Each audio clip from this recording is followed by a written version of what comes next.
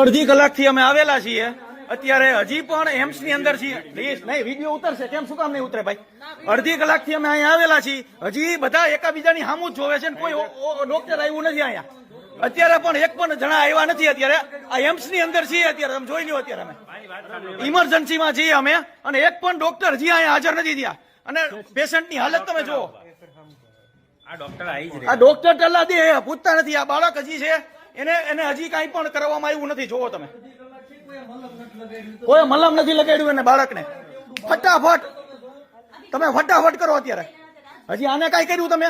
આવીને કોઈ જોવા આવ્યું? બાળકને લાગેલું કે નથી લાગ્યું?